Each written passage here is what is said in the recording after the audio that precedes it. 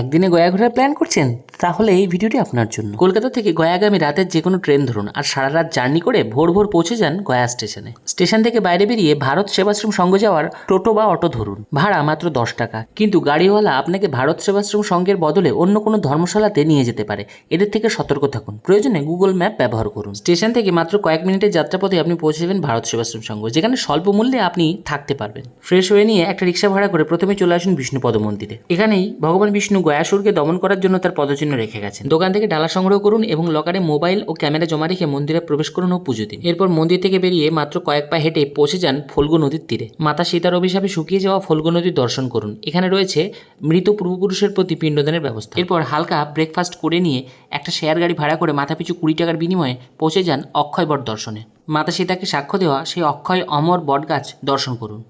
এখানেও রয়েছে পিণ্ডদানের ব্যবস্থা। অক্ষয়বটের মোটা মোটা ঝুড়িগুলি আপনাকে এক আধ্যাত্মিক অনুভূতি প্রদান করবে। অক্ষয়বট দর্শনের পর পৌঁছে যান ঠিক এর পাশেই অবস্থিত মা মঙ্গলা গৌরী মন্দিরে। খানিকটা চড়াই পথ অতিক্রম করার পর মায়ের মন্দিরে পৌঁছানো যায়। দেবীর 51টি শক্তিপীঠের অন্যতম একটি হলো এই মঙ্গলা গৌরী মন্দির। এখানে ডালা সংগ্রহ করে ভক্তিভরে পুজো দিন এবং মায়ের প্রস্তরীভূত শিলা দর্শন করুন। মায়ের মন্দির থেকে বেরিয়ে লাঞ্চ করার জন্য চলে আসুন ভারত সেবাশ্রম সংঘের উল্টো দিকে হোটেল বাবা লোকনাথে। আপনি এখানে সুলভ মূল্যে বিশুদ্ধ বাঙালি নিরামিষ খাবার পাবেন।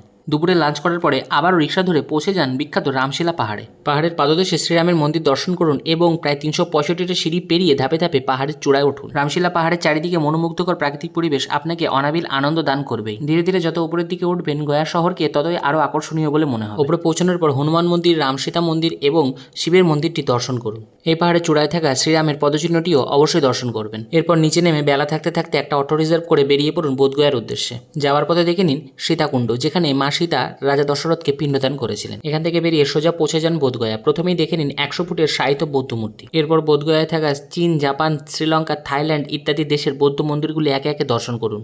এরপর গৌতম বুদ্ধের বুদ্ধত্ব লাভের স্থান সেই মহাবোধি বৌদ্ধবিহার এবং সেই সংলগ্ন অশ্বত্থ গাছটি দর্শন করুন।